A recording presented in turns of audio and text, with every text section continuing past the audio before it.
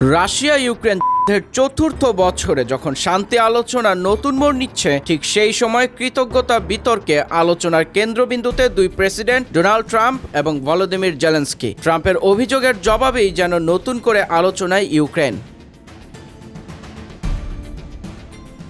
যুক্তরাষ্ট্রের সহায়তা নিয়ে প্রশ্ন উঠতে ইউক্রেনের প্রেসিডেন্ট জেলেনস্কি টেলিগ্রামে লিখেছেন, জ্যাভলিন দিয়ে সহায়তা শুরু, যা আমাদের নাগরিকদের জীবন বাঁচাচ্ছে। এর জন্য আমরা যুক্তরাষ্ট্রের প্রতি, বিশেষ করে প্রেসিডেন্ট ট্রাম্পের প্রতি কৃতজ্ঞ। এর আগে ট্রাম্প নিজের প্ল্যাটফর্ম ট্রুথ সোশ্যালে দাবি করেন, আমাদের প্রচেষ্টার প্রতি ইউক্রেন শূন্য কৃতজ্ঞতা দেখিয়েছে। একই পোস্টে তিনি আবার আক্রমণ করেন সাবেক প্রেসিডেন্ট জো বাইডেনকে, তবে রাশিয়া সম্পর্কে সরাসরি কোনো নিন্দা করেননি।